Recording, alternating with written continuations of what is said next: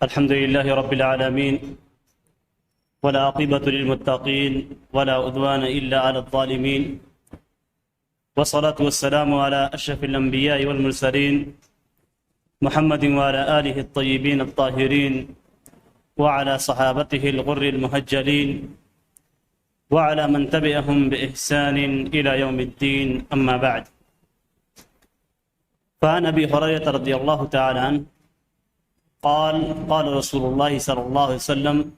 طهور إناء أحدكم إذا ولغ فيه الكلب أن يغسله 7 مرات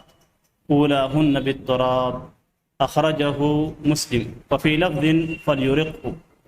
وللترمذي أخراهن أو أولاهن بالتراب.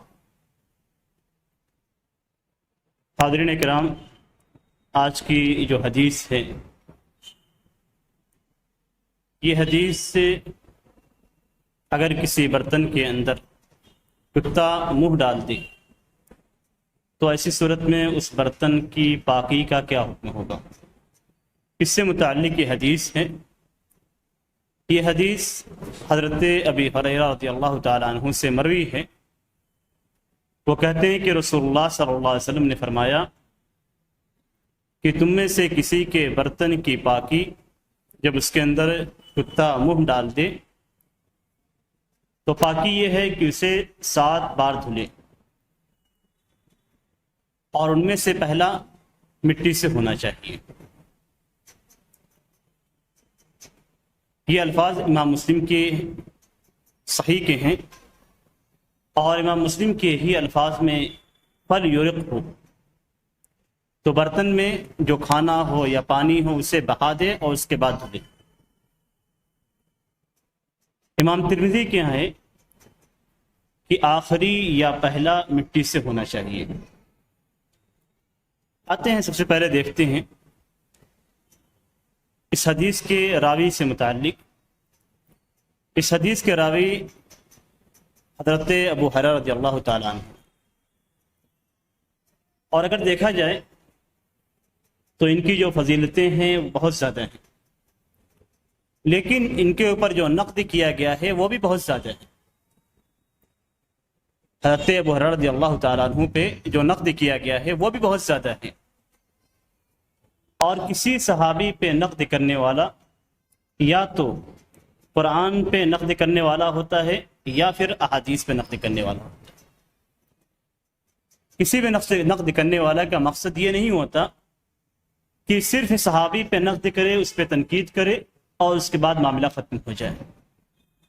بلکہ اصل مقصد یہ ہوتا ہے کہ صحابی نے جس حدیث کو بیان کیا ہے اس حدیث کو مردود قرار دیا جائے. اور حضرت ابو ہریرہ رضی اللہ تعالیٰ عنہ اس سلسلے میں سب سے زیادہ مقبول ہیں. اگر آپ احناف کی کتابوں کو اٹھا لیں اور ان کے اصول فقہ کی کتابوں کو کھولیں تو اس میں راویوں کی تقسیم کی گئی ہے، صحابہ کرام کی تقسیم کی گئی ہے کہ صحابہ کرام میں سے بعض صحابہ کرام فقیہ تھے اور بعض صحابہ کرام غیر فقیہ تھے. فقیہ اور غیر فقیہ ہونے کا مطلب یہ ہے کہ صحابی روایت کر رہا ہے لیکن اس روایت کو سمجھ نہیں رہا ہے. فقیہ ہے تو روایت کر رہا ہے اور روایت کو سمجھ رہا ہے، لیکن غیر فقیہ ہے تو روایت کر رہا ہے لیکن روایت کو سمجھ نہیں رہا ہے. تعجب کی بات ہے. اور یہ سمجھ اور یہ تقسیم جو فقیہ اور غیر فقیہ کی گئی ہے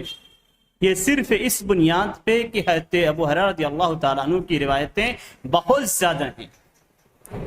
اور یہ بہت زیادہ روایتیں ان کے مذہب کے خلاف پڑ رہی ہیں. جس باب میں آپ کھولیے تو حضرت ابو ہریرہ رضی اللہ تعالیٰ عنہ کی حدیث مل رہی ہے اور حنفی مسلک اس کے مخالف ہے. ظاہر سی بات ہے، ہم جب اپنے مسلک میں متعصب ہوں گے تو ہمارے سامنے جو حدیثیں ہمارے امام کے باتوں کے خلاف آئیں گی وہ ہمارے لیے قابل قبول نہیں ہوں گی، اور جو شخص ان روایتوں کو بیان کرے گا وہ ہمارے نزدیک مطعون ہوگا. ہم اس کے اوپر ظاہر سی بات ہے کچھ الزام عائد کریں گے اور اس طریقے سے یوں ہی ہم روایتوں کو چھوڑ نہیں دیں گے. روایتوں کو ترک کرنے کے لیے کوئی نہ کوئی بہانہ چاہیے. اور یہ آسان سا بہانہ ہے کہ ایک آدمی جو بعد کے زمانے میں آتا ہے، جس نے نبی کو دیکھا بھی نہیں ہے اور نبی سے کسی روایت کو سنا بھی نہیں ہے، اور وہ یہ کہتا ہے کہ پچھلے زمانے میں جس صحابی نے نبی اکرم صلی اللہ علیہ وسلم کو 4 سال تک بالکل پکڑے رکھا، جس کو ہم کیسے کہہ سکتے ہیں کہ ان کے دامن کو پکڑے رکھا، اس طریقے سے حضرت برہ رضی اللہ تعالیٰ عنہ نبی اکرم صلی اللہ علیہ وسلم کو لازم پکڑا تھا. 4 سال تک انہوں نے نبی اکرم صلی اللہ علیہ وسلم کو لازم پکڑا،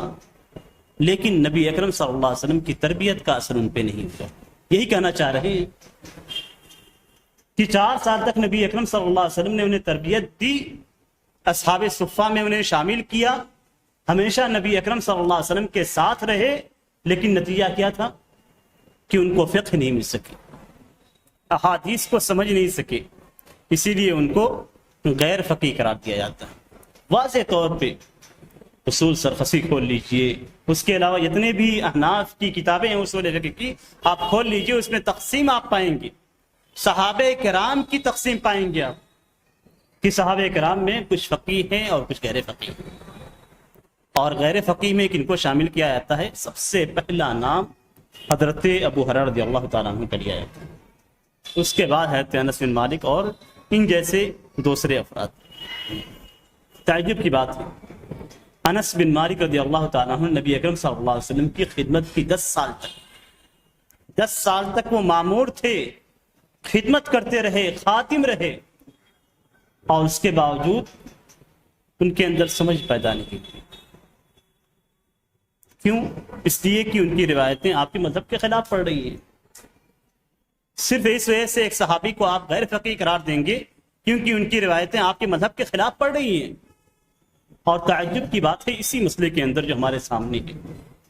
اسی مسئلے میں احناف حضرت ابو ہریرہ رضی اللہ تعالیٰ عنہ کی اسی حدیث کو طرح کرتے ہیں اور حضرت ابو ہریرہ رضی اللہ تعالیٰ عنہ کے فتوے کو لیتے ہیں. اس سے بڑا ظلم کیا ہو سکتا ہے کہ ایک شخص کو آپ کہتے ہیں کہ اس نے حدیث کو سمجھا نہیں، اور حدیث جب بیان کرتا ہے تو 7 بار برتن کو دھلنے کا حکم اس کے اندر موجود ہے، اور اس کے بعد کہتے ہیں کہ حضرت ابو ہریرہ رضی اللہ تعالیٰ عنہ نے 3 بار دھلنے کا فتویٰ دیا تھا. اس طریقے سے فتویٰ دیا تھا، حدیث کو نہیں سمجھا اور اس کے باوجود انہوں نے فتویٰ دے دیا اور آپ نے اس پہ عمل بھی کر لیا. احناف کا جو مسلک ہے اس سلسلے میں وہ یہ کہ اگر کسی برتن کے اندر کتا منہ ڈال دے تو اسے 3 بار دھلا جائے گا، 7 بار نہیں. حدیث کے اندر 7 بار ہے. حضرت ابو ہریرہ رضی اللہ تعالیٰ عنہ کا فتویٰ 3 بار کا ہے، اور صرف 3 بار کا نہیں ہے، 7 بار کا بھی سند صحیح سے ثابت ہے. تو اگر ایک شخص کی روایت اور اس کا فتویٰ دونوں متفق ہوتا ہے تو آپ اسے چھوڑ دیتے ہیں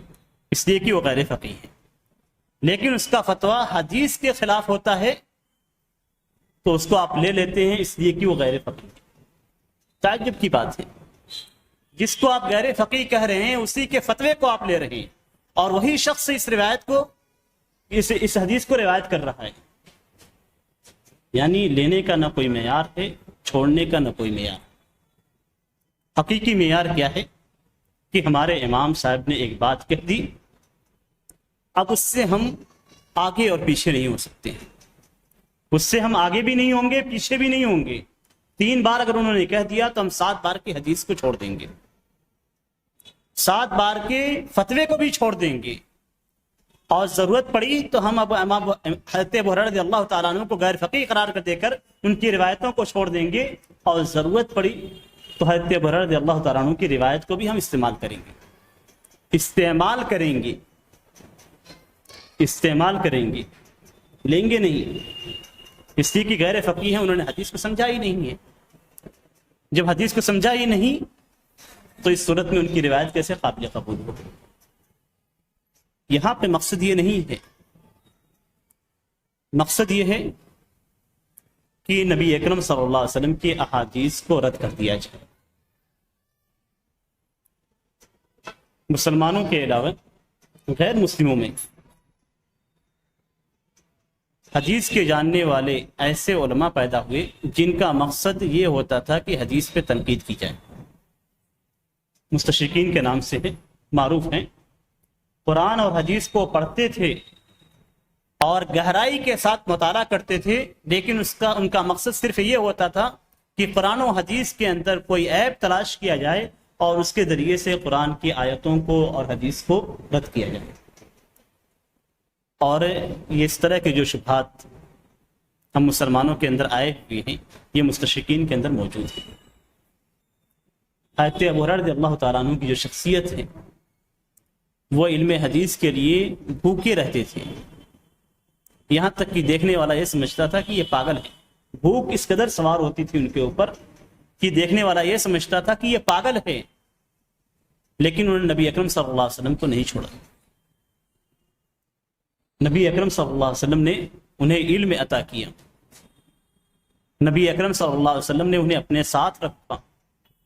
اصحاب صفہ میں شامل کیا. نبی اکرم صلی اللہ علیہ وسلم نے کتنے مواقع پہ حضرت ابو ہریرہ رضی اللہ تعالیٰ عنہ کو حکم دیا اور اس حکم کو حضرت ابو ہریرہ رضی اللہ تعالیٰ عنہ نے سمجھا، اور اس کے باوجود آپ کہتے ہیں کہ غیر فقیہ. تنقید صحابی پہ نہیں ہے، تنقید حقیقت میں نبی اکرم صلی اللہ علیہ وسلم پہ. اگر غور کیا جائے تو نبی اکرم صلی اللہ علیہ وسلم پہ ہے کہ آپ کی تربیت اچھی طریقے سے نہیں ہوئی کہ ایک شخص کے سامنے آپ حدیث بیان کر رہے ہیں وہ سمجھ ہی نہیں رہا ہے، اس حدیث کی گہرائی کو سمجھ ہی نہیں رہا ہے. تعجب کی بات ہے، ہمیشہ نقد کیا جاتا ہے ابو ہریرہ رضی اللہ تعالیٰ عنہ پہ، اور ابھی کچھ دنوں پہلے بھی حضرت ابو ہریرہ رضی اللہ تعالیٰ عنہ کو نشانہ بنائے گئے. اور عجب عجب قسم کے الفاظ ایک صحابی کے تعلق سے بیان کیے گئے. برملا ایک حنفی عالم، اسے حنفی عالم کہا جائے گا. ایک حنفی عالم اسٹیج پہ آتا ہے اور آنے کے بعد جو منہ میں آتا ہے کسی بھی صحابی کے تعلق سے بک دیتا ہے. ایک عالم دین جس نے حدیث کے اندر مہارت حاصل کی، ایک مدت تک حدیث کا درس دیتا رہا، اور حدیث سے بغض کی کیفیت یہ ہے کہ صحابی رسول حضرت ابو ہریرہ رضی اللہ تعالیٰ عنہ پہ نقد کر رہا ہے. بہرکیف حضرت ابو ہریرہ رضی اللہ تعالیٰ عنہ پہ بہت ساری کتابیں بھی لکھی گئی، ان کے دفاع میں، ان کی فضیلت کے بیان میں، ان کی مرویات سے متعلق جتنی روایات ہیں ان روایات سے متعلق باقاعدہ کتابیں موجود ہیں. اور ہم مسلمانوں کو چاہیے کہ بالخصوص صحابہ کرام کے سوانح حیات کو پڑھیں، تب ہمیں معلوم ہوگا کہ صحابہ کرام نے اسلام کے لیے کیا کیا قربانیاں دی اور کس طریقے سے بھوک اور پیاس برداشت کر کے نبی اکرم صلی اللہ علیہ وسلم کی احادیث کو حاصل کیا. اس حدیث کے اندر امام مسلم رحمہ اللہ کہتے ہیں، امام مسلم رحمہ اللہ نے حضرت ابو ہریرہ رضی اللہ تعالیٰ عنہ سے روایت کی کہ تم میں سے کسی کے برتن کی پاکی جب اس کے اندر کتا منہ ڈال دے تو اس کی پاکی یہ ہے کہ 7 بار اسے دھلا جائے اور اس میں سے پہلا مٹی سے ہو. بعض روایتوں میں ہے کہ آخری مٹی سے ہو، بعض روایتوں میں ہے کہ 8واں مٹی سے ہو. تو اس طرح مختلف الفاظ وارد ہوئے ہیں. اس لیے بعض علماء کرام نے کہا ہے کہ اس حدیث کے اندر اضطراب پایا جاتا ہے، یعنی اس حدیث کے اندر الفاظ مختلف قسم کے ہیں اور کچھ سمجھ میں نہیں آتا ہے کس لفظ کو لیا جائے اور کس لفظ کو چھوڑ دیا جائے. لیکن اگر سارے روایتوں کو جمع کرتے ہیں تو مسلم شریف کی جس روایت کو علامہ ابن حجر رحمہ اللہ نے اختیار کیا ہے، اور یہ علامہ ابن حجر رحمہ اللہ کی خصوصیت ہے کہ انہوں نے اپنی اس کتاب کے اندر ایسی احادیث کو ذکر کیا ہے جو اختلافی مسائل کے اندر نص کی حیثیت رکھتے ہیں، فیصلے کی حیثیت رکھتے ہیں. یہاں بھی امام علامہ ابن حجر رحمہ اللہ نے امام مسلم کی صحیح میں مذکور حضرت ابو ہریرہ رضی اللہ تعالیٰ عنہ کی جس حدیث کو ذکر کیا ہے اس کے اندر ہے اولاہن بالتراب، کہ پہلا مٹی سے ہونا چاہیے، جس میں یہ کہا گیا ہے کہ 8واں مٹی سے ہونا چاہیے. تو اس سے مقصود یہ نہیں ہے کہ 8واں ہی مٹی سے کیا جائے، بلکہ اس کا مقصود یہ ہے کہ 7 بار پانی سے دھلا جائے اور ایک بار مٹی سے دھلا جائے، جیسا کہ قرآن کے اندر کہا گیا ہے کہ ثلاثۃ رابعہم کلب، سورہ کہف کے اندر جب اس کے تعلق سے اختلاف ہوا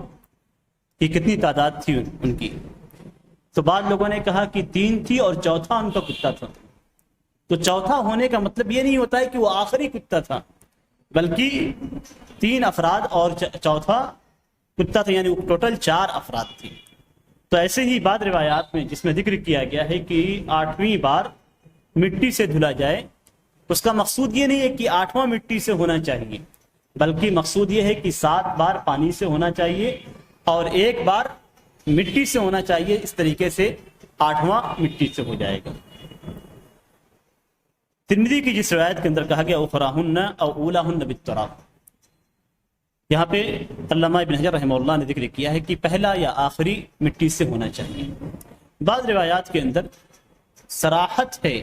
کہ آپ نے یہ کہا کہ آخری یا اس میں سے پہلا، یعنی راوی کا شک ہے کہ پہلا یا آخری نبی اکرم صلی اللہ علیہ وسلم نے کون سے الفاظ کہے۔ بعد کے روات کا اس سلسلے میں شک ہے کہ نبی اکرم صلی اللہ علیہ وسلم نے پہلا کہا یا نبی اکرم صلی اللہ علیہ وسلم نے آخری کہا۔ تو اس کا بھی حل مسلم شریف کی روایت کے اندر موجود ہے، جس میں کہا گیا ہے کہ پہلا مٹی سے ہونا چاہیے، یعنی اس شک کو بھی مسلم کی روایت سے دور کر دیا گیا ہے۔ یہاں پہ حدیث کے اندر جو ذکر کیا گیا ہے وہ یہ کہ اذا ولغ فیہ الکلب، ولغ کہتے ہیں کسی چیز میں جب منہ ڈال دیا جائے، جیسے جانور منہ ڈال دیتا ہے کسی چیز میں، تو کہتے ہیں کہ اذا ولغ فیہ الکلب، عربی میں اسے استعمال کرتے ہیں تو کہتے ہیں کہ اس نے منہ ڈال دیا۔ اور حدیث کے اندر یہ ہے کہ طہور اناء احدکم، تم میں سے کسی کے برتن کی پاکی۔ بعض روایتوں میں ہے کہ اذا شرب الکلب، کہ جب کتا پانی پی لے یا برتن کے اندر موجود کوئی بھی چیز کو پی لے۔ تو اگر دیکھتے ہم تو ولغا کا جو لفظ ہے کھانے کے لیے بھی استعمال ہوتا ہے اور پینے کے لیے بھی، اور پینے کا جو لفظ ہے وہ پینے کے لیے ہی استعمال ہوتا ہے۔ تو اس طریقے سے جو مختلف روایتیں ہیں اگر ان کو جمع کیا جاتا ہے تو اس کے اندر کھانے کے اندر بھی اگر منہ ڈال دیتا ہے تب بھی یہ طہارت ہے، اور اگر پانی کی چیز میں منہ ڈال دیتا ہے تب بھی یہی طہارت ہے۔ اور دوسری بعض روایتوں کے اندر صراحت ہے کہ تم میں سے کسی کے کھانے کے اندر، بعد میں پانی کا ذکر ہے اور بعد میں کھانے کا ذکر ہے، اور اس روایت کے اندر برتن کا ذکر ہے۔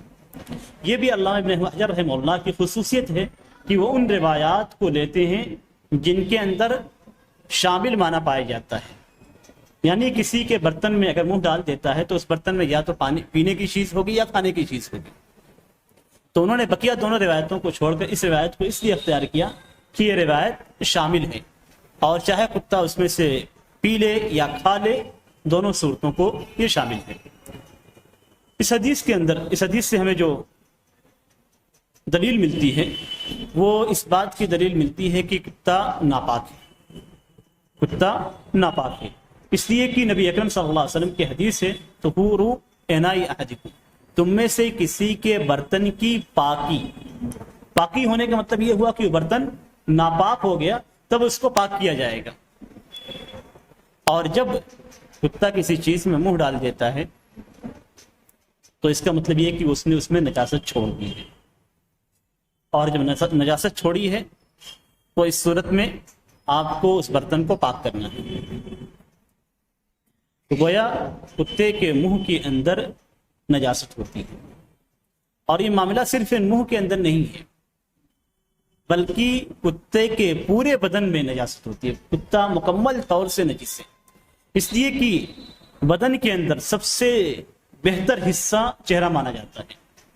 اور جب سب سے بہتر حصہ ناپاک ہو تو بدن کا باقی حصہ بھی ناپاک قرار دیا جائے گا۔ لیکن چونکہ عام طور سے کتا اپنا منہ ڈالتا ہے اسی لیے کتے کا منہ کا ذکر کیا گیا، لیکن اگر کسی برتن سے کتے کا جسم لگ جاتا ہے تو ایسی صورت میں اس برتن کو بھی 7 بار دھلا جائے گا، اور اس میں سے ایک بار مٹی سے دھلنا رکھا جائے گا۔ اس کی کیا وجہ ہے؟ حدیث کے اندر جو چیز ذکر کی گئی ہے، اس چیز کو اگر گہرائی سے دیکھیں اور آج کے زمانے کے حساب سے دیکھیں، یعنی آج کی ترقی یافتہ زمانے کے اعتبار سے اگر ہم دیکھیں تو جب اس کی تحقیق کی گئی تو کتا جب پیخانہ کرتا ہے تو اس کے ساتھ اس کے جسم سے بہت سارے جراثیم نکلتے ہیں، اور جب وہ پیخانہ کرتا ہے تو آس پاس کے بالوں میں اس کی پیخانے لگ جاتے ہیں اور جراثیم لگ جاتے ہیں۔ پھر اس کے بعد کتا اپنے منہ سے اس کی صفائی کرتا ہے اور وہ جراثیم اس کے منہ میں منتقل ہو جاتے ہیں، اور یہ جراثیم ایسے ہیں جو مٹی کے علاوہ کسی بھی چیز سے زائل نہیں ہو سکتے۔ شریعت کی جو خوبی ہے وہ یہ کہ ہمیں شریعت ایسی باتوں کی طرف ہدایت کرتی ہے جس کے اندر حقیقت میں شریعت کے کمال اور اس کی بلندی نظر آتی ہے۔ اسی حدیث میں آپ دیکھیں تو نبی اکرم صلی اللہ علیہ وسلم نے کس چیز سے دھلنے کے بارے میں کہا؟ مٹی سے دھلنے کے بارے میں کہا۔ یہ نہیں کہا کہ 7 بار دھل لو یا کسی بھی چیز سے اس کو زائل کر دو تو ایسی صورت میں کافی ہو جائے گا۔ اور اس سے اس بات کی بھی دلیل ملتی ہے کہ اگر کوئی شخص اس برتن کو کسی بھی صابن سے دھلتا ہے تو اس کی پاکی نہیں ہوگی، اسے مٹی سے دھلنا ضروری ہے۔ مٹی کے علاوہ کسی بھی صابن سے یا کسی بھی چیز سے اس کو ظاہر کرنے کی کوشش کرتا ہے تو ایسی صورت میں وہ کافی نہیں۔ یہاں تک کہ بعض اطباء نے ذکر کیا ہے کہ اگر اس برتن کو آگ پہ جلا دیا جائے تب بھی وہ جراثیم نہیں مریں گے۔ اس برتن کو اگر آگ میں ڈال دیتے ہیں پھر بھی وہ جراثیم ظاہر نہیں ہوں گے، وہ جراثیم صرف اور صرف مٹی سے ظاہر ہوں گے۔ اور یہ اس بات کی دلیل ہے کہ شریعت اسلامیہ اللہ تبارک و تعالیٰ کی جانب سے نازل کرتا ہے، اس لیے کہ یہ بات اس وقت بتلائی گئی جب آج جیسی کوئی بھی مشین موجود نہیں تھی، کوئی بھی لیب موجود نہیں تھا۔ اس وقت نبی اکرم صلی اللہ علیہ وسلم نے جنہوں نے کسی مدرسے میں تعلیم حاصل نہیں کی، کسی کالج میں تعلیم حاصل نہیں کی، انہوں نے وہ بات بتلائی جو آج جس کی تحقیق کی گئی تو حق پائے گیا۔ تو اس بات کی دلیل ہے کہ شریعت اسلامیہ اللہ تبارک و تعالیٰ کی جانب سے نازل کرتا ہے، اور نبی اکرم صلی اللہ علیہ وسلم جو باتیں بتلاتے تھے وہ اپنی جانب سے نہیں بتلاتے تھے بلکہ اللہ تبارک و تعالیٰ کی جانب سے نازل ہوتی تھی، پھر آپ صلی اللہ علیہ وسلم اس کے تعلق سے لوگوں کو بتلاتے تھے۔ اس کے اندر اس بات کی بھی دلیل ہے کہ اگر کسی برتن کو 7 مرتبہ سے کم دھلا جائے گا تو وہ پاک نہیں ہوگا، اور 7 بار دھلنا یہ شریعت کا حکم ہے۔ اس کی حکمت ہمیں سمجھ میں آئے یا نہ آئے، اس کے باوجود ہم اسے 7 بار دھلیں گے، اور 7 سے کم اگر ہم نے دھلا تو ایسی صورت میں وہ برتن پاک نہیں ہوگا، اس لیے کہ نبی اکرم صلی اللہ علیہ وسلم نے 7 کی تعداد کی تحدید کر دی ہے، تو اس سے اگر ہم کم کرتے ہیں تو ایسی صورت میں جو ہے وہ چیز پاک نہیں ہوگی۔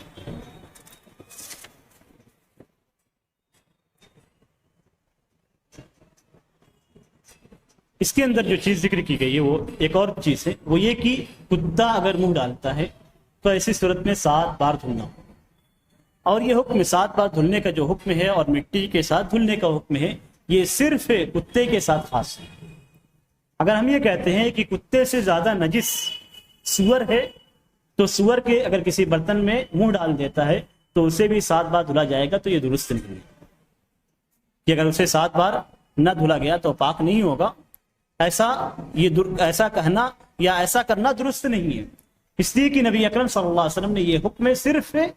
کتے کے ساتھ خاص کیا ہے۔ تو کتے کے علاوہ جتنی بھی نجس چیزیں ہیں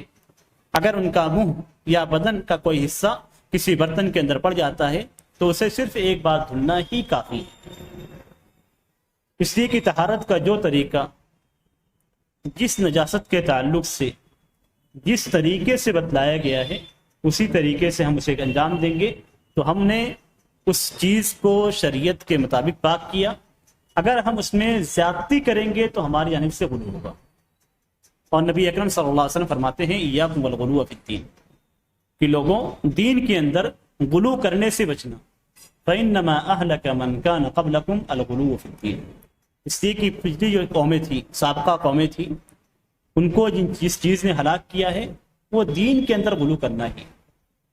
نصارہ دین میں بہت غلو کرتے تھے، اسی لیے انہیں کیا کہا گیا؟ الضالین سے تعبیر کیا گیا۔ نصارہ اپنے دین کے اندر غلو کرتے تھے اور انہیں ضالین یعنی گمراہ سے تعبیر کیا گیا۔ تو اگر ہم بھی غلو کرتے ہیں تو ہم بھی سیدھے راستے سے بھٹک جائیں گے اور ضالین میں شامل ہو جائیں گے۔ تو صرف کتے کی نجاست کو 7 بار پاک کیا جائے گا، اور اس کے علاوہ جتنی بھی نجس چیزیں ہیں ان کو صرف ایک بار دھل لینا ہی کافی ہے۔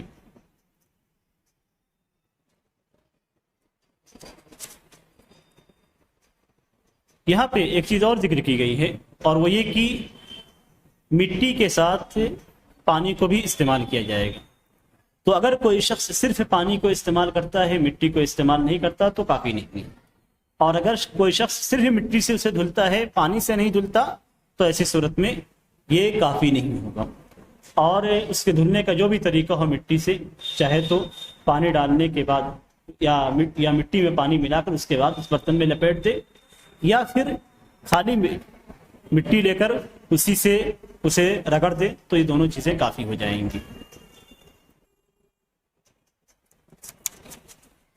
اس کے بعد جو حدیث ہمارے سامنے ہے، اس کے اندر ایک اور چیز ہے، اور وہ یہ کہ اس حدیث کے اندر کہا گیا ہے فل یورق، برتن کے اندر جو پانی یا کھانے کی چیز موجود ہے اسے بہا دینا ہے، اسے بہا دینا ہے۔ اگر کوئی کھانے کی چیز ہے تو اس کھانے کی چیز کو پھینک دینا ہے، اگر کوئی پینے کی چیز ہے تو اسے بہا دینا ہے۔ وہ چیز نجس ہو جاتی ہے۔ اگر کتا کسی برتن میں منہ ڈالتا ہے تو صرف برتن نجس نہیں ہوتا، بلکہ برتن کے ساتھ ساتھ وہ کھانا بھی نجس ہو جاتا ہے۔ اور اس کی سب سے بڑی وجہ یہ ہے کہ وہ بیکٹیریا جو اس کے منہ میں منتقل ہوتے ہیں، اگر کسی چیز میں پڑ جاتے ہیں تو فوری طور سے وہ بڑھنا شروع ہو جاتے ہیں، پھیلنا شروع ہو جاتے ہیں، اور پھیلنے کی وجہ سے وہ سارے برتن کے اندر اور اس میں موجود کھانے اور پینے کی چیزوں میں منتقل ہو جاتے ہیں۔ تو اس وجہ سے نبی اکرم صلی اللہ علیہ وسلم نے اسی حکمت کے پیش نظر اسے بہانے کا حکم دیا۔ جبکہ بعض احکامات ایسے ہیں شریعت کے اندر، جیسے کہ چوہے کے تعلق سے ہے کہ چوہا اگر کسی جامد چیز میں پڑ جاتا ہے تو ایسی صورت میں جو ہے اسے نکالا جائے گا، اور اس کے ارد گرد کے مثال کے طور پہ گھی پڑ جاتا ہے تو ایسی صورت میں چوہے کو نکال دیا جائے گا، اور آس پاس کا جو گھی کا حصہ ہے اس کے آس پاس کا اسے پھینک دیا جائے گا۔ پورے کو نہیں پھینکا جائے گا، بلکہ چوہے کو اور چوہے سے متصل جتنے بھی گھی کے حصے ہیں اسے بہا دیا جائے گا، پھینک دیا جائے گا۔ تو اس حدیث کے اندر جو ذکر کیا گیا ہے وہ یہ کہ جتنی بھی کھانے اور پینے کی چیزیں ہوں گی جس میں کتا منہ ڈال دیتا ہے تو ایسی صورت میں اسے پھینک دیا جائے گا، اسے استعمال میں نہیں لایا جائے گا۔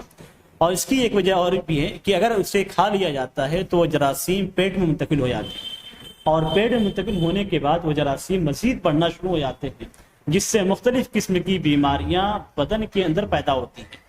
اور یہ بیماریاں آج ان بیماریوں کی وجوہات یا ان بیماریوں کو مختلف یورپی ممالک کے اندر جانا جاتا ہے، اس لیے کہ وہ کتے پالتے ہیں، ان کے ساتھ بیٹھتے ہیں، اس کا بوسہ لیتے ہیں، تو اس طریقے سے وہ جراثیم ان کے منہ کے ذریعے سے یا جسم میں لگ کر پھر ہاتھوں کے ذریعے سے بدن میں منتقل ہو جاتے ہیں، اور اس کے بعد مختلف قسم کی بیماریاں ان سے جنم لیتی ہیں۔ اس کے بعد دوسری حدیث ہے ہمارے سامنے، وعن ابی قتادہ رضی اللہ تعالی عنہ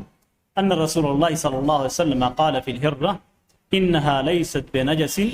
انما هي من الطوافین علیکم اخرجہ الاربع وصححہ الترمذی وابن خزیمہ۔ یہ حدیث بلی سے متعلق ہے۔ حضرت ابو قتادہ رضی اللہ تعالیٰ عنہ روایت کرتے ہیں کہ نبی اکرم صلی اللہ علیہ وسلم نے بلی کے تعلق سے فرمایا کہ یہ نجس نہیں ہے، بلی ناپاک نہیں ہے،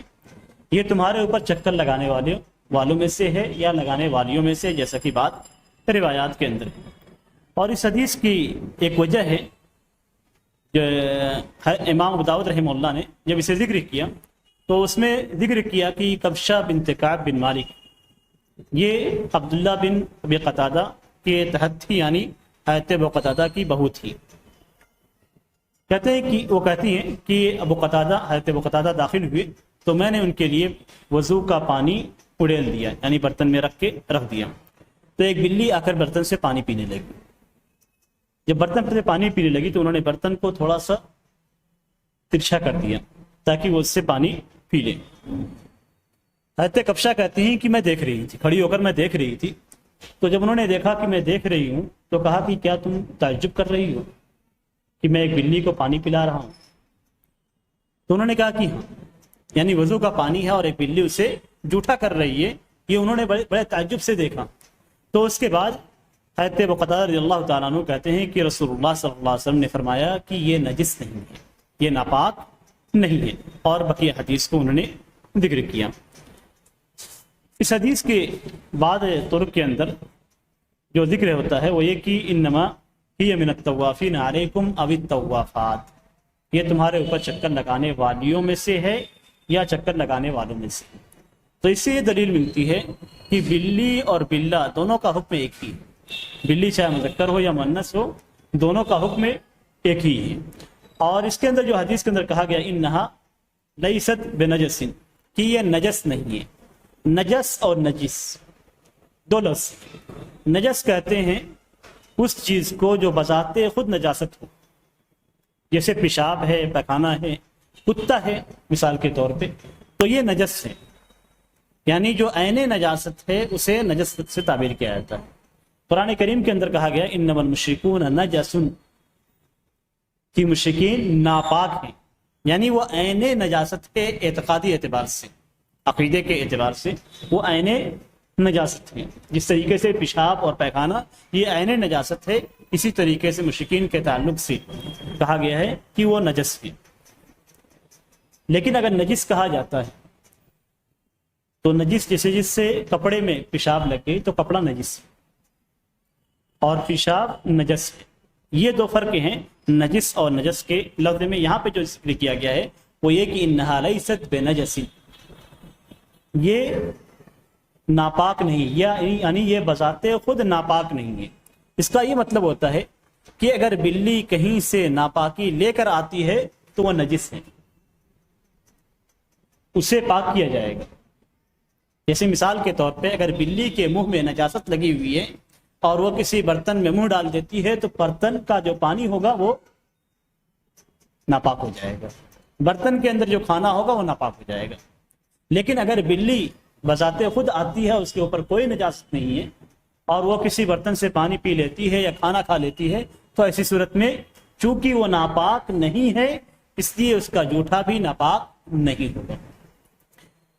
یہاں پہ اس میں حدیث کے اندر ایک بات اور کہی گئی کہ اسے نجس نہ قرار دینے کی وجہ ہے۔ شریعت کے اندر بہت سارے احکامات کو جب بیان کیے جاتے ہیں تو ان احکامات کی علتوں کو بھی، حکمتوں کو بھی بیان کیا جاتا ہے۔ جیسے مثال کے طور پہ قرآن کے اندر کہا گیا کہ اللہ تبارک تعالیٰ نے تمہیں پیدا کیا، کس وجہ سے پیدا کیا؟ وما خلقت الجن والانس الا لیعبدون، حکمت ہے پیدا کرنے کی، اور وہ یہ کہ اللہ تبارک تعالیٰ کی عبادت کی جائے۔ تو اللہ تبارک تعالیٰ نے ہمیں ایک حکمت کے تحت پیدا کیا، یہ بیکار پیدا نہیں کیا، اور وہ حکمت یہ ہے کہ ہم اللہ تبارک تعالیٰ کی عبادت کریں۔ بلی ناپاک نہیں ہے، کیوں ناپاک نہیں ہے؟ سوال پیدا ہوتا ہے کہ دوسری چیزیں مثال کے طور پہ تیندوا آ جاتا ہے یا شیر کسی پانی جو ہے کسی برتن میں منہ ڈال دیتا ہے، تو اس کا جوٹا ناپاک کہلاتا ہے، اس کا جوٹا ناپاک کہلاتا ہے۔ لیکن اس کا جوٹا ناپاک کیوں نہیں کہلاتا؟ حالانکہ دونوں کے اندر اگر دیکھا جائے تو دونوں کے اندر درندگی پائی جاتی ہے، لیکن اس کے باوجود درندوں کے جو جوٹے ہیں وہ ناپاک قرار دیے جاتے ہیں اور بلی کے جوٹے کو ناپاک قرار نہیں دیا جاتا۔ اور یہیں سے ایک اور بات میرے ذہن میں ابھی آ گئی، اور وہ یہ کہ بلی کی جو جنس ہیں اور چیتے وغیرہ کی جو جنس ہیں، شکلیں جو وہ شکل آپس میں ملتی جلتی ہیں، لیکن ہر کسی کے الگ الگ نام ہیں۔ اسے کہتے ہیں کہ ایک جنس کے مختلف انواع۔ بات تھوڑی سی الگ ہو جا رہی ہے لیکن اچھا موقع ہے کہ اسے ذکر کر دیا جائے۔ یعنی آپ بلی کو تیندوا نہیں کہہ سکتے، چیتا نہیں کہہ سکتے، چیتے کو آپ بلی نہیں کہہ سکتے، جبکہ شکلیں آپس میں ملتی جلتی ہیں، لیکن ہر کسی کا نام الگ الگ ہیں، اور یہیں سے ہمیں یہ معلوم ہوتا ہے کہ قرآن اور حدیث کے اندر جو بقر کا لفظ آیا ہے اس سے مراد گائے ہے، بھینس نہیں۔ اب جو لوگ کہتے ہیں کہ بھینس کی قربانی جائز ہے، تو ان کے نزدیک بقر کا جو لفظ ہے جو گائے کے لیے بولا جاتا ہے، گائے کے لیے بولا جاتا ہے، اس سے وہ مراد بھینس لیتے ہیں، گائے اور بھینس دونوں لیتے ہیں۔ گویا ہم بلی بول کر بلی اور چیتا دونوں مراد لے رہے ہیں، بلی اور چیتا دونوں مراد لے رہے ہیں، اس لیے کہ دونوں کی دونوں ایک ہی جنس سے ہیں، دونوں کی دونوں ایک ہی جنس سے ہیں، لیکن ان کی انواع نام الگ الگ ہیں، شکلیں ایک جیسی ہیں، قریب قریب ہیں۔ اور یہی بات کہی جاتی ہے کہ بھینس کی قربانی اس لیے جائز ہے کہ وہ اس کی شباہت گائے سے ہوتی ہے، اور گائے کی ایک قسم ہے، اس کو گائے کی ایک قسم سے تعبیر کیا جاتا ہے، لیکن اس کا نام الگ ہے، اس کی خصوصیات الگ ہیں۔ جس طریقے سے تیندوا اور بلی میں فرق ہے اور دونوں کی قوت اور خصوصیات میں فرق ہے، اسی طریقے سے گائے اور بھینس دونوں کی خصوصیات الگ الگ ہیں، اور دونوں کے الگ الگ نام عربی زبان میں موجود ہیں۔ تو جب الگ الگ نام ہوتے ہیں تو ایسی صورت میں دونوں کا حکم جب بولا جاتا ہے تو جو عرب میں بولا جاتا ہے اسی اعتبار سے اس کو لیا جائے گا۔ ایسا نہیں ہے کہ آپ لغت میں جائیں اور لغت میں جانے کے بعد اس کے معنی کو تلاش کریں، پھر اس کے بعد کہیں کہ نہیں اس کے اندر بھینس بھی شامل ہو جاتی ہے اس لیے کہ اہل عرب نے، اہل لغت نے اسے شامل کیا ہے۔ نہیں، صحابہ کرام کو مخاطب کیا گیا تھا، صحابہ کرام بقر سے بقر ہی مراد لیتے تھے، اور اس کی سب سے بڑی دلیل یہ ہے کہ نبی اکرم صلی اللہ علیہ وسلم نے ازواج مطہرات کی جانب سے قربانی کی اور اس کے اندر بقرہ کا لفظ ہے، اور عرب کے اندر بھینس نہیں پائی جاتی تھی، بھینس پائی نہیں جاتی تھی، بھینس کا وجود ان کے یہاں ہے ہی نہیں، اور بھینس ان کے یہاں رہ بھی نہیں سکتی ہے، اور بھینس کے لیے جاموس کا لفظ استعمال کیا جاتا ہے۔ تو الفاظ بھی الگ ہیں، خصوصیات بھی الگ ہیں۔ نبی اکرم صلی اللہ علیہ وسلم کا عمل بھی دلالت کرتا ہے کہ بقر سے مراد بہیمۃ الانعام میں گائے ہے، جاموس نہیں۔ تو جس طریقے سے بلی اور تیندوا کے اندر فرق ہے، اسی طریقے سے گائے اور بھینس کے اندر فرق ہے۔ یہاں پہ جو وجہ بیان کی گئی ہے وہ یہ کہ نجس ناپاک نہ ہونے کی جو وجہ ہے وہ یہ کہ وہ تمہارے اوپر چکر لگاتی ہے۔ شریعت کی حکمتیں ہیں، اور اس حکمت کے سبب کیونکہ بہت زیادہ چکر لگاتی ہے، بار بار گھروں میں آتی ہے جاتی ہے، اور یہ چیز عام طور سے جو ہے شہروں میں اور دوسری جگہوں پہ دیکھا جاتا ہے کہ بلیاں گھروں کے اندر آتی ہیں اور پھر چلی جاتی ہیں اور مختلف پانی پینے اور کھانے کی چیزوں میں منہ ڈال دیتی ہیں۔ تو اس چیز سے بچنا ممکن نہیں ہے۔ آدمی کتنا بچے گا، کتنے پانی کو پھینکے گا، کتنے دودھ کو پھینکے گا، کتنے کھانے کی چیزوں کو پھینکے گا۔ شریعت کے اندر ایک اصول ہے کہ اگر کوئی چیز تکلیف کا باعث بنتی ہے تو اس سے آسانی پیدا ہو جاتی ہے۔ اسی لیے فقہی قاعدہ ہے کہ المشقہ تجلب التیسیر، کی پریشانی آسانی پیدا کرتی ہے۔ ان مع العسر یسرا، جب پریشانی آئے گی تو آپ کے لیے آسانی پیدا ہو۔ مثال کے طور پہ اگر آپ کے پاس وضو کا پانی نہیں تو آپ تیمم کر لیجیے۔ آپ سفر میں ہیں، سفر میں مشقت پیش آتی ہے تو آپ کی نماز میں تخفیف کر دی گئی۔ تو یہ ساری چیزیں شریعت کے اصول میں سے ہیں کہ شریعت کے اندر جب بھی پریشانی پیش آتی ہے تو ایسی صورت میں آسانی پیدا ہو جاتی ہے۔ ایک شخص ہے جسے مارا پیٹا جا رہا ہے اور اس سے طلاق کہلوائی جا رہی ہے زبردستی کہ اگر وہ شخص سے طلاق نہیں دے گا تو اس کو قتل کر دیا جائے گا یا اس کے بدن کے کسی حصے میں زخم پہنچایا جائے گا، تو ایسی صورت میں اگر وہ زبان سے طلاق ادا کرتا ہے تو شریعت کہتی ہے کہ طلاق واقع نہیں ہے۔ وہ کلمہ کفر ادا کر دیتا ہے اس حالت میں، تب بھی نہیں مانا جائے گا، اور اس کو اجازت دی گئی ہے کہ وہ کلمہ کفر اپنی زبان سے ادا کر سکتا ہے لیکن دل سے نہیں۔ تو یہ آسانیاں شریعت کے اندر رکھی گئی ہیں۔ تو بلی چونکہ اگر اسے ناپاک قرار دیا جائے شریعت کے اندر تو بار بار اس کا آنا جانا گھروں کے اندر ہوتا ہے، اور کتنی چیزوں کو آپ اس سے محفوظ رکھیں، اسی لیے شریعت اسلامیہ نے اسے پاک قرار دیا، شریعت اسلامیہ نے اسے پاک قرار دیا، اور وجہ بھی اور حکمت بھی بتلا دی ہے کہ یہ بہت زیادہ چکر لگانے والی مشین، اس سے بچنا ممکن نہیں ہے۔ تو اسی وجہ سے کسی بھی چیز سے اگر بچنا ممکن نہیں ہوتا تو اس کے اندر جواز کا پہلو مل جاتا ہے۔ اس حدیث کے اندر اس بات کی بھی دلیل ہے کہ بلی کا منہ پاک ہے، بلی پاک ہے اور ساتھ ہی ساتھ اس کا منہ بھی پاک ہے، اور اسی طریقے سے اس کا جوٹا بھی پاک ہے۔ اس لیے کہ حدیث کے سبب کو اگر ہم دیکھتے ہیں تو حضرت ابو قتادہ رضی اللہ تعالیٰ عنہ نے اپنے برتن کو ٹیڑھا کر دیا تاکہ بلی اس سے پانی پی لے، تو بلی نے اس سے پانی پیا، تو اگر وہ پانی ناپاک ہو جاتا تو حضرت ابو قتادہ رضی اللہ تعالیٰ عنہ اس سے کیسے وضو بناتے؟ اور اسی سے یہ بات بھی سمجھ میں آتی ہے کہ صحابہ کرام نبی اکرم صلی اللہ علیہ وسلم کی حدیث کو بہت اچھی طریقے سے جانتے تھے۔ نبی اکرم صلی اللہ علیہ وسلم نے صرف یہ کہا کہ بلی ناپاک نہیں ہے، اور نبی اکرم صلی اللہ علیہ وسلم نے یہ فرمایا کہ اگر کتا کسی برتن میں منہ ڈال دے تو ناپاک ہو جاتا ہے، تو اسے دھلا جائے گا۔ دھلا جانے کا مطلب یہ ہوا کہ ناپاک ہو جاتا ہے اور اس میں موجود چیزیں بھی ناپاک ہو جاتی ہیں۔ لیکن یہاں پہ جب کہا گیا کہ وہ پاک ہے تو جو چیز پاک ہے اس کا جوٹا بھی پاک ہے۔ یہ گویا اس حدیث کے اندر ہمیں ایک قاعدہ بتلایا گیا ہے کہ جو چیز پاک ہوگی اس کا جوٹا بھی پاک ہوگا، اور اس سے ہمیں اس بات کی بھی دلیل ملتی ہے کہ ہر وہ چیز جو پاک ہے اگر کسی پاک چیز میں گر جاتی ہے تو وہ چیز ناپاک نہیں ہوتی۔ کوئی بھی چیز پاک ہے اگر وہ کسی پاک چیز میں گر جاتی ہے تو ایسی صورت میں وہ ناپاک نہیں ہوتی ہے، الا ہے کہ اس کے اندر مر جائے اور اس کے بعد اس کا پانی کا رنگ تبدیل ہو جائے یا اس کی بو اور اس کی لذت تبدیل ہو جائے، جیسا کہ بیان کیا گیا تھا۔ علماء کرام نے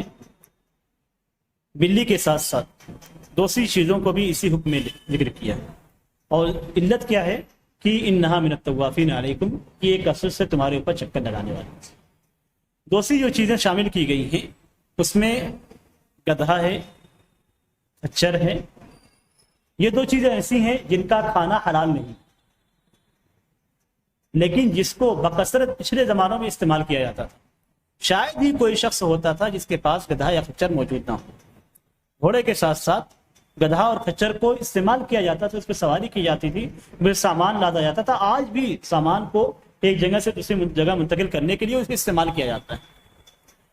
تو اس حدیث سے جو حدیث ہمارے سامنے ہے، اسی حدیث کے ساتھ اسے ملحق کیا گیا ہے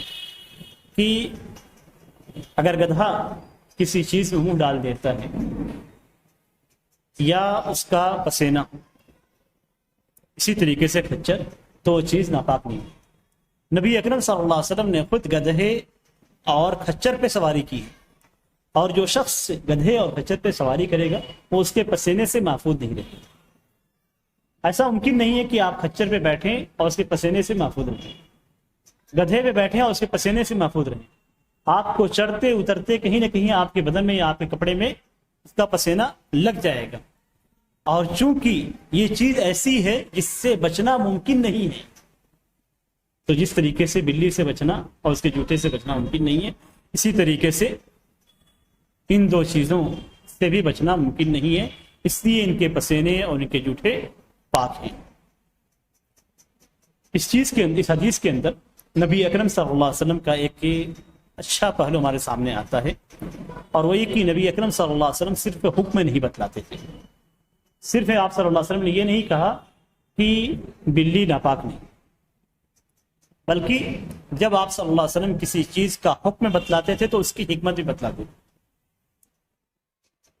اور جب کسی چیز کی حکمت بتلائی جاتی ہے تو آدمی کا ذہن اس چیز کو قبول کرنے کی جانب مائل ہوتا ہے۔ صرف حکم بتلایا جائے تو اتنی قبولیت اس کے دل کے اندر نہیں پیدا ہوتی ہے، لیکن اگر آپ علت جان جائیں تو اس پہ عمل ضرور کریں گے۔ جیسے مثال کے طور پہ ابھی آپ نے جو کتے کے تعلق سے سنا، تو اب کوئی شخص اگر کتا پالنا بھی چاہتا ہے تو اس سے دور رہے گا کہ کہیں ایسا نہ ہو کہ وہ جراثیم ہم تک منتقل ہو جائے۔ تو جب کسی چیز کی علت اور حکمت ہمیں معلوم ہو جاتی ہے تو اس پہ ہم اچھی طریقے سے باریکی کے ساتھ عمل کرتے ہیں، اور علت معلوم ہونے کا ایک اور فائدہ ہے، اور وہ یہ کہ دوسری چیزیں جو اسی جیسی ہوں، جیسا کہ یہاں پہ گدھے اور خچر کو ذکر کیا گیا کہ دوسری چیزیں جو اسی جیسی ہوں ان کا بھی حکم وہی ہوگا جو حدیث کے اندر پہلی چیز کا ذکر کیا گیا۔ اسی کو اصولی زبان، اصول فقہ کی زبان میں کہتے ہیں فرع کو اصل سے ملحق کرنا، یعنی ایک چیز کا حکم حدیث کے اندر موجود ہے، دوسری چیز کا حکم حدیث کے اندر موجود نہیں ہے، لیکن آپ اب باریکی سے دیکھتے ہیں تو دوسری چیز پہلی چیز سے ملتی جلتی ہے علت کے اندر، حکمت کے اندر، اور جب حکمت پائی جائے گی تو ایسی صورت میں حکم بھی پائی جائے گا۔ اسی لیے اصولین کہتے ہیں الحکم یدور مع علتہ وجودا وعدما، کہ جہاں جہاں علت پائی جائے گی وہاں حکم پائے جائے گا، جہاں جہاں وہ حکمت پائی جائے گی وہاں وہاں وہ حکم پائے جائے گا، اور جہاں جہاں علت موجود نہیں ہوگی وہاں وہاں حکم موجود نہیں۔ جیسے یہاں پہ علت بیان کی گئی کثرت سے تمہارے اوپر طواف کرنے والے، گویا کثرت سے ہمارا سامنا ہوتا ہے اس سے،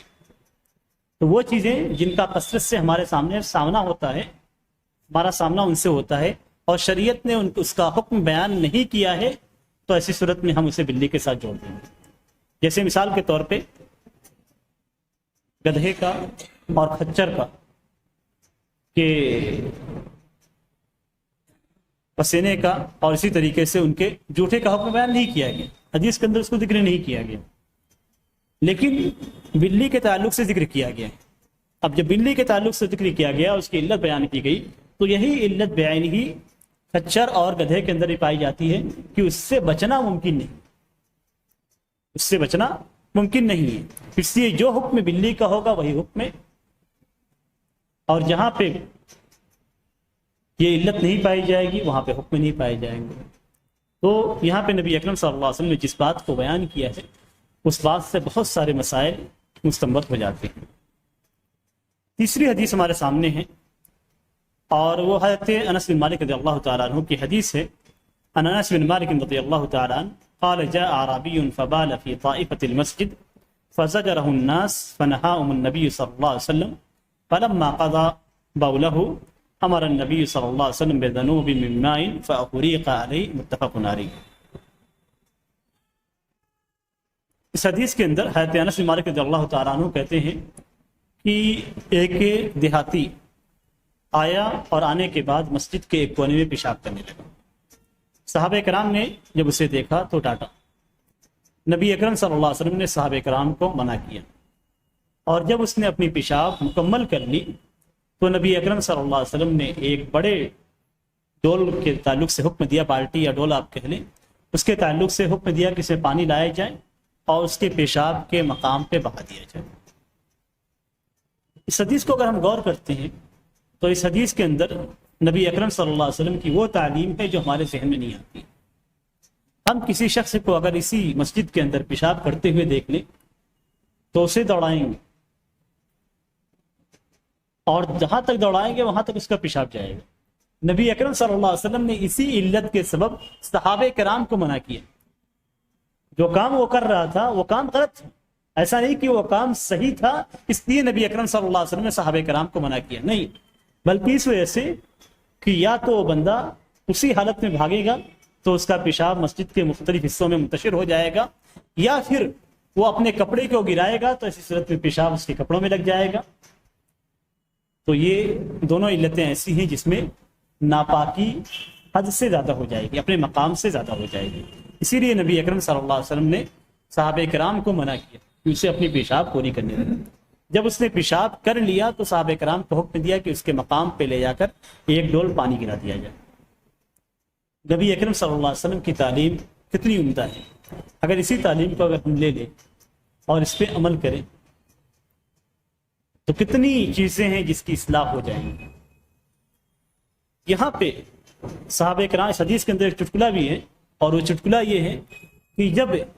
اس دیہاتی شخص نے پیشاب مکمل کر لی، اس کے بعد نبی اکرم صلی اللہ علیہ وسلم کے ساتھ نماز پڑھی مسجد کے اندر، اور نماز کے اندر اس نے دعا کی، اور بعض روایتوں میں آتا ہے کہ نماز کے بعد اس نے دعا کی کہ اے اللہ تو مجھ پر اور محمد پہ رحم کرنا اور کسی پہ رحم مت کرنا، مجھ پہ اور محمد پہ رحم کرنا، یعنی نبی اکرم صلی اللہ علیہ وسلم پہ اور کسی پہ جو موجود ہے کسی پہ رحم مت کرنا، اس لیے کہ سب نے مجھے ڈانٹا تھا اور نبی اکرم صلی اللہ علیہ وسلم نے منع کیا تھا۔ تو یہ تعلیم کا اثر ہوتا ہے کہ جب آپ کسی کو اچھی بات نرمی کے ساتھ سکھائیں گے تو وہ آپ کے لیے دعا دے گا، اور اگر آپ سختی کے ساتھ سکھائیں گے تو آپ کو دعا نہیں دے گا۔ حالانکہ اس کا طریقہ غلط تھا، لیکن اس کے باوجود یہ ایک طبیعی چیز ہوتی ہے، انسان کی فطرت ہوتی ہے کہ جو شخص اسے نرمی سے سمجھاتا ہے اس کے لیے دعا نکلتی ہے، اور جو شخص سختی کے ساتھ سمجھاتا ہے تو اس کے لیے بدظنی ہوتی ہے۔ اور یہی تعلیم ہمیں اپنے بچوں کو بھی دینی چاہیے، ہمیں اپنے بچوں کو بھی یہ تعلیم دینی چاہیے اسی طریقے سے، کبھی نرمی کے ساتھ، اور کبھی اگر اسی چیز کو بار بار کرتے ہیں تب سختی کیجیے، لیکن پہلی بار اگر آپ اسے ماریں گے تو یہ تعلیم کا طریقہ نہیں۔ تعلیم کا طریقہ یہ کہ آپ اسے بتلائیں وہ غلط کر رہا ہے اور غلط یہ کیوں ہے۔ بچوں کے ذہن میں عام طور سے سوالات بہت زیادہ ہوتے ہیں، اور ان سوالات کا جواب نہ دینا وہ آپ کا بچہ آپ کی بات سے مطمئن نہیں ہے۔ اس لیے بچوں کے سوالات کا جواب ہمیشہ دینا چاہیے، اور بچوں کو سوالات سے منع نہیں کرنا چاہیے۔ جتنا سوال کر رہے ہیں کرنے دیجیے، اگر آپ کو ان کا جواب معلوم ہے تو جواب دیجیے، اگر معلوم نہیں ہے تو ایسی صورت میں آپ اس کو ڈھونڈ کر کسی سے پوچھ کر اس جواب کو لے آئیں اور بچے کو بتائیں۔ اس سے بچے کو آپ بہتر انداز میں تعلیم بھی دیں گے، اور اس کا ذہن پرسکون رہے گا کہ جتنے سوالات میں نے کیے وہ سوالات یہ حل کیے گئے، اور ساتھ ہی ساتھ اس کے دل میں آپ کی عظمت ہوگی، آپ کو بڑا سمجھے گا کہ اتنے میں سوالات کرتا ہوں سب میرے والد جواب دے رہے تھے، تو اس کے دل کے اندر آپ کی عظمت پیدا ہوگی کہ آپ اس کے نزدیک عظیم ہوں گے۔ ہر شخص سے اپنے والد کو، ہر بچہ اپنے والد کو ایک چھپی ہوئی نگاہ سے دیکھتا ہے جس کا ہمیں شعور نہیں ہوتا۔ ہم جتنی بھی حرکتیں کرتے ہیں، اٹھنے بیٹھنے کھانے پینے کی، بچہ اسے بغور دیکھتا ہے، ایک چھوٹا سا بچہ، اور یہ چیز آپ اپنے گھر کے اندر ملاحظہ کر سکتے ہیں آسانی کے ساتھ۔ آسانی کے ساتھ میں نے دیکھا، میرا ایک بچہ تھا، میں کبھی خیال نہیں کیا، میرے بیٹھنے کی عادت تھی کہ پہلے دامن ہٹا کے اس کے بعد بیٹھتا تھا، کرسی پہ ہو کسی بھی جگہ پہ۔ اس بچے کو میں نے دیکھا لاشعوری طور پہ وہ بھی دامن پیچھے کر کے اس کے بعد بیٹھتا ہے۔ تو یہ ہر چیز کے اندر ہوتی ہے، ہر گھر کے اندر یہ چیز ہوگی۔ آپ جس طریقے سے رہیں گے، جیسے بیٹھیں گے، جیسے اٹھیں گے، جیسے سوئیں گے، جیسے کھائیں گے، جیسے پیئیں گے، ویسے ہی بچہ بھی۔ آپ بچے کے سامنے بلند آواز میں بسم اللہ کر کے کھانا شروع کریں گے، کھانے کے بعد کھانے کی دعا پڑھیں گے، بچہ اس کا عادی ہو جائے گا، کہنے کی ضرورت نہیں ہے، وہ آپ سے ہی سیکھ رہا ہے۔ تو تعلیم کا جو طریقہ ہے، ہر گھر کے اندر باپ سب سے بڑا معلم ہے، ماں بیٹیوں کے لیے سب سے بڑی معلمہ ہے، اور اکثر چیزیں بچے اپنے گھر سے ہی سیکھتے ہیں، باہر بہت ساری جو باتیں سیکھتے ہیں وہ غلط ہی چیزیں سیکھتے ہیں، اور گھر کے اندر اکثر اچھی چیزیں سیکھتے ہیں۔ یہاں پہ اس حدیث کے اندر نبی اکرم صلی اللہ علیہ وسلم نے مسجد کے اہتمام اور استعمام کس طریقے سے آپ صلی اللہ علیہ وسلم نے کیا کہ پیشاب کرنے کے بعد صحابہ کرام کو حکم دیا کہ اس مقام پہ پانی ڈالا جائے، اور اس سے اس بات کی دلیل ملتی ہے کہ مسجد کے اندر اگر ناپاکی یا گندگی موجود ہے تو اسے فوری طور سے ظاہر کیا جائے۔ اور نبی اکرم صلی اللہ علیہ وسلم کی بہت ساری احادیث ہیں جس میں نبی اکرم صلی اللہ علیہ وسلم نے مسجد میں تھوکنے سے، قبلہ رو تھوکنے سے، یا اس طرح کی جتنی بھی گندگیاں ہیں ان ساری چیزوں کو دور کرنے کا حکم دیا، اور یہی وجہ ہے کہ نبی اکرم صلی اللہ علیہ وسلم نے جمعہ کے دن غسل کر کے مسجد میں آنے کا حکم دیا، اس لیے کہ صحابہ کرام جب آتے تھے جمعہ کے لیے تو ان کے پسینے کی بدبو سے پوری مسجد مہک اٹھتی تھی، اور اس کی وجہ سے تکلیف ہوتی تھی، تو نبی اکرم صلی اللہ علیہ وسلم نے پاکی یعنی غسل کر کے آنے کا حکم دیا۔ تو اس حدیث کے اندر ہے کہ فوری طور سے اگر مسجد کے اندر کسی بھی قسم کی ناپاکی یا گندگی پائی جاتی ہے تو اسے فوری طور سے ظاہر کیا جائے گا، اس لیے کہ جیسے اس نے پیشاب مکمل کیا صحابہ کرام نے حکم دیا کہ اس کے پیشاب کے مقام پہ ایک بڑے ڈول سے پانی ڈال دیا جائے۔ اور اس سے اس بات کی بھی دلیل ملتی ہے کہ اگر کسی ایسے مقام پہ جہاں مٹی ہو اس مقام پہ پیشاب کیا جائے تو اس مٹی کو وہاں سے اٹھا کر پھینکنے کی ضرورت نہیں، اس مٹی کو وہاں سے اٹھا کر باہر پھینکنے کی ضرورت نہیں ہے، اور نہ ہی اس مقام پہ احاطہ بنا کر اس میں پانی ڈالنے کی ضرورت ہے، جس طریقے سے گڈھا بعض لوگ بنا دیتے ہیں یا سائڈ پہ اونچا کر دیتے ہیں تاکہ مزید آگے نہ بڑھے، اس کی بھی ضرورت نہیں ہے۔ اور اسی طریقے سے اگر کسی مقام پہ پیشاب ہے تو اس پہ بار بار پانی ڈالنے کی ضرورت نہیں کہ آپ نے ایک بالٹی پانی ڈالا، پھر پانی لائے، پھر دوسری بالٹی آپ پانی ڈالا، پھر تیسری بالٹی آپ پانی ڈال رہے ہیں، اس طریقے سے ضرورت نہیں، صرف کہ ایک بار نجاست جو موجود ہے وہ اندر چلی جائے، زائل ہو جائے، یہی کافی ہے۔ اور آج کے زمانے میں جس طریقے سے اگر فرش ہے اور فرش پہ کوئی بچہ نماز کے لیے آتا ہے، پیشاب کر دیتا ہے، تو اس پورے فرش کو دھلا جائے گا، جہاں جہاں سے وہ پانی گزرے گا اس پانی کے پیچھے پاک پانی کو بہایا جائے۔ اور اس کا آسان سا طریقہ ہے کہ پہلے آپ ایک بار پانی بہا کر پورا کھینچ لیں اور اس کے بعد دوبارہ اس مقام پہ پانی بہا دیں، اس طریقے سے مکمل طور پہ پاکی ہو جائے گی۔ اور اس سے یہ بھی ملتا ہے کہ کسی بھی پانی ناپاک چیز میں اگر مزید پانی ملتا ہے تو ایسی صورت میں وہ ناپاک چیز دھیرے دھیرے تحلیل ہو جاتی ہے۔ ایسا نہیں ہے کہ آپ نے کسی مقام پہ پانی گرایا تو وہ جو نجاست ہے وہ زائل ہو گئی، اب جو پانی موجود ہے وہ بھی نجس ہے، ایسا نہیں ہوتا۔ پہلا جو پانی آپ نے گرایا تھا وہ اس نجاست کے ساتھ ابل چکا، اس کے بعد جو آپ نے پانی ڈالا وہ پاک جا رہا ہے، اب جو وہاں پہ پانی موجود ہے وہ پاک ہے، نجس نہیں۔ بعض لوگوں کے ذہن کے اندر یہ شبہ پیدا ہوتا ہے، وسوسہ پیدا ہوتا ہے، اسے وسوسہ کہنا زیادہ مناسب ہے، کہ کسی مکان کو اگر دھل دیا جاتا ہے تو جب تک وہ سوکھتا نہیں ہے لوگ یہ سمجھتے ہیں کہ وہ بھیگی ہوئی چیز ناپاک ہے۔ اگر دھل دیا جاتا ہے تو ایسی صورت میں اس کی نجاست دور ہو جاتی ہے، اور اس کے بعد جو پانی وہاں پہ موجود ہوتا ہے آخری پانی وہ پاک ہوتا ہے۔ اگر وہ آپ کے بدن میں، کپڑے میں، پیر میں کہیں بھی لگ جاتا ہے تو وہ چیز نجس نہیں ہوتی۔ اس حدیث کے اندر جو ذکر کیا گیا ہے وہ یہ کہ نجاست کو آپ صلی اللہ علیہ وسلم نے پانی سے پاک کیا۔ اگر کسی مقام پہ کسی شخص نے پیشاب کر دیا، مسجد کو چھوڑ دیجیے، کسی گھر میں کسی دوسرے مقام پہ کوئی بچہ یا کوئی شخص پیشاب کر دیتا ہے اور وہ مقام جہاں اس سے پیشاب کیا گیا ہے وہ مقام سوکھ جاتا ہے، تو کیا وہ زمین پاک ہو جائے گی یا پاک نہیں؟ یعنی پیشاب ہوا کے ذریعے سے یا دھوپ کے ذریعے سے وہ حصہ سوکھ جاتا ہے تو کیا وہ مقام پاک ہوگا یا پاک نہیں ہوگا؟ اس بارے میں علماء کرام کے درمیان اختلاف پایا جاتا ہے کہ کیا اس مقام پہ اگر سوکھ گیا ہے پھر بھی پانی ڈالنا ہوگا اور پاک کرنا ہوگا، یا اگر وہاں پہ آثار موجود ہے تو اسے اٹھا کر دوسری جگہ پھینکا جائے گا۔ اس سلسلے میں جمہور کا موقف یہ ہے کہ کوئی بھی چیز سوکھنے سے پاک نہیں ہوگی، پیشاب کا مقام سوکھنے سے پاک نہیں ہوگا بلکہ وہ جگہ ناپاک رہے گی جب تک کہ اسے پانی نہ ڈالا جائے اور اسے پاک نہ کیا جائے۔ لیکن حنفیہ کہتے ہیں کہ اگر کوئی چیز سوکھ جاتی ہے، کوئی مقام نجس مقام سوکھ جاتا ہے تو سوکھنے سے وہ پاک ہو جائے گا، اور یہی وہ قول ہے جس کو علامہ ابن تیمیہ رحمہ اللہ نے اور علامہ ابن قیم رحمہ اللہ نے اختیار کیا ہے، اور ان کا یہ کہنا ہے کہ یہ قوی قول ہے، یہ پختہ قول ہے، اور اس کی دلیل بھی ذکر کرتے ہیں کہ نبی اکرم صلی اللہ علیہ وسلم، ایک صحابی سے مروی ہے کہ نبی اکرم صلی اللہ علیہ وسلم کے زمانے میں کتے مسجد میں آتے تھے اور جاتے تھے اور پیشاب کرتے تھے۔ مسجد نبی کے اندر کتے آتے اور جاتے تھے اور پیشاب کرتے تھے، اور اس کے بعد دھلنے کا کوئی اہتمام نہیں کیا جاتا، دھلنے کا کوئی اہتمام نہیں کیا جاتا۔ لیکن اس حدیث پہ بھی بعض علماء کرام نے نقیر کی ہے، اور علماء کرام کہتے ہیں کہ یہ پہلے کا حکم تھا، یعنی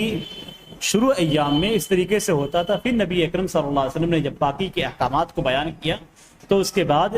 کتوں کے اور بلکہ نجاس کسی بھی نجاست کو یا پیشاب کو آپ صلی اللہ علیہ وسلم نے نجس قرار دیا۔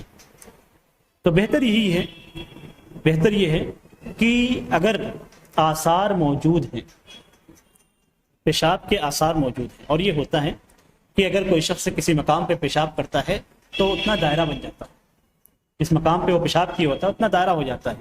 تو اگر اس طریقے سے دائرہ بن جاتا ہے اور سوکھ جاتا ہے اور آثار موجود ہیں تو اس صورت میں جو ہے اس اثر کو ضائع کیا جائے گا، اس لیے کہ وہ نجاست کا اثر ہے، اور اگر مثال کے طور پہ کوئی نجس چیز تھی، یہ تو پیشاب کا معاملہ، پیشاب کیونکہ عام طور سے مٹی کے اندر چلا جاتا ہے، جذب ہو جاتا ہے، لیکن اگر پاخانہ کسی جگہ پہ ہے اور وہ مرور ایام کے ساتھ، زمانے کے ساتھ ساتھ وہ تبدیل ہو جاتا ہے راکھ میں یا مٹی بن جاتا ہے، تو اس صورت میں وہ پاک ہو جاتا ہے۔ اس لیے کہ کوئی بھی چیز اگر اپنی حیت سے بدل جاتی ہے، اس کی حیت تبدیل ہو جاتی ہے اور کسی دوسری چیز کی حیت اختیار کر لیتی ہے، تو جس چیز کی حیت اس نے اختیار کی ہے اس کا حکم، جب تک وہ کھانے کی شکل میں تھی اس وقت تک وہ نجس ہے، لیکن جب وہ مرور ایام کے ساتھ دھوپ کے ذریعے سے اور زمانہ گزرنے کے ساتھ ساتھ جب وہ مٹی میں تبدیل ہو گئی، تو ایسی صورت میں اس کا حکم مٹی کا ہوگا۔ اور اس کی مثال بھی شریعت کے اندر موجود ہے، جیسے سرکہ ایک مرحلے میں شراب ہوتا ہے، سرکہ بننے سے پہلے شراب ہوتا ہے، شراب بننے کے بعد ہی وہ سرکہ بنتا ہے۔ نبی اکرم صلی اللہ علیہ وسلم سے پوچھا گیا تھا شراب کے تعلق سے، کیا ہم اسے سرکہ بنا لیں؟ تو آپ نے فرمایا نہیں۔ اگر وہ خود سے بن جاتا ہے، یعنی اس کو بنایا نہیں گیا لیکن خود سے بن گیا، تو ایسی صورت میں سرکہ ہونے کے بعد اس کے سرکے کا حکم ہوگا۔ شراب ہونے کی حالت میں شراب کا حکم ہوگا، یعنی اگر آپ سرکہ مثال کے طور پہ تیار کر رہے ہیں تو جس مرحلے میں وہ شراب ہے اس مرحلے میں اس کا استعمال آپ کے لیے جائز نہیں ہے، لیکن جب وہ سرکے میں تحلیل ہو جاتا ہے تو اس وقت آپ کے لیے سرکہ کا استعمال جائز ہو جاتا ہے۔ تو کوئی بھی چیز جب تحلیل ہو جاتی ہے تو جو آخری اس کا حکم ہوتا ہے، آخری جو صورت ہوتی ہے اور اس کا جو حکم ہوتا ہے اسے دیا جائے گا۔ جیسے مثال کے طور پہ آج کے زمانے میں عام طور سے پوچھا جاتا ہے پرفیوم کے تعلق سے کہ اس کے اندر الکوہل شامل ہے۔ الکوہل در حقیقت ایک کیمیکل ہے جسے شرابی شراب کے طور پہ استعمال کرتے ہیں، اطباء دواؤں کے اندر ڈالتے ہیں دواؤں کو بچانے کے لیے، اسے محفوظ رکھنے کے لیے، اور پرفیوم میں عرق کو محفوظ رکھنے کے لیے، جو عرق اس کے اندر ہوتا ہے اسے محفوظ رکھنے کے لیے اس میں ڈالا جاتا ہے۔ تو اب ڈالنے کے بعد اس کی حیت تبدیل ہو چکی ہے، اب وہ پرفیوم بن چکی ہے، تو اب پرفیوم کا حکم ہوگا نہ کہ الکوہل کا حکم، اس لیے کہ جب بھی آپ اسے بولیں گے تو پرفیوم ہی بولیں گے، اسے الکوہل نہیں کہتے ہیں۔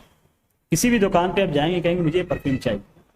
آپ پرفیوم کا لفظ استعمال کرتے ہیں، الکوہل کا لفظ استعمال نہیں کرتے، اور اس کی حیت بھی تبدیل ہو جاتی ہے، اس کے اندر خوشبو ہوتی ہے اور وہ خوشبو کے طور پہ استعمال کی جاتی ہے۔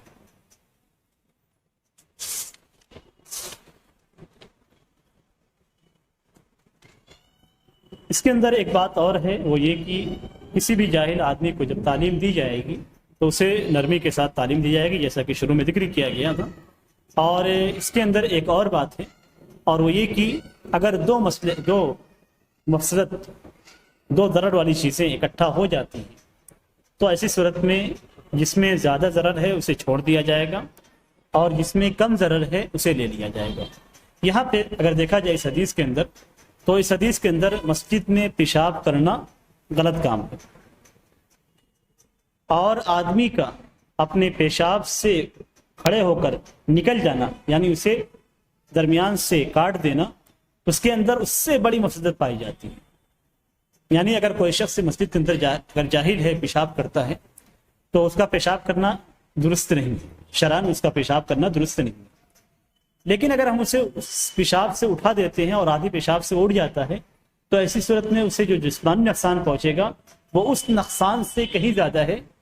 جو اس نے پیشاب کیا۔ جو اس نے پیشاب کیا اسے ہم پانی ڈال کے ظاہر کر سکتے ہیں، ختم کر سکتے ہیں، لیکن جو جسمانی طور پہ اسے نقصان پہنچے گا، اس لیے کہ پیشاب کو درمیان سے کاٹنے سے آپ کے بدن پہ اثر پڑتا ہے، تو جسمانی جو نقصان ہے یہ بڑا ہے بنسبت اس نقصان کے جو پہ پانی ڈال کر ضائع کیا جا سکتا ہے۔ تو اس سے ہمیں یہ ملتا ہے، ایک قاعدہ ملتا ہے، اور وہ قاعدہ یہ ملتا ہے کہ اگر دو مفسدت کی چیزیں، ضرر کی چیزیں اکٹھا ہو جائیں اور ایک کے اندر ضرر زیادہ ہو اور ایک کے اندر ضرر کم ہو، تو ایسی صورت میں جس کے اندر ضرر زیادہ ہے اس کو ہم چھوڑ دیں گے اور جس کے اندر ضرر کم ہے اس پہ عمل کیا جائے گا۔ یہ چند باتیں تھیں جو ان تین احادیث سے متعلق تھی۔ اللہ تبارک تعالیٰ سے دعا ہے کہ اللہ تبارک تعالیٰ ہمیں حسن عمل کی توفیق عطا فرمائے اور جو ہم نے سنا اس سے ہمیں فائدہ پہنچائے۔ آمین۔ صلی اللہ علیہ نبی محمد وعلی آلہ وصحبہ وسلم۔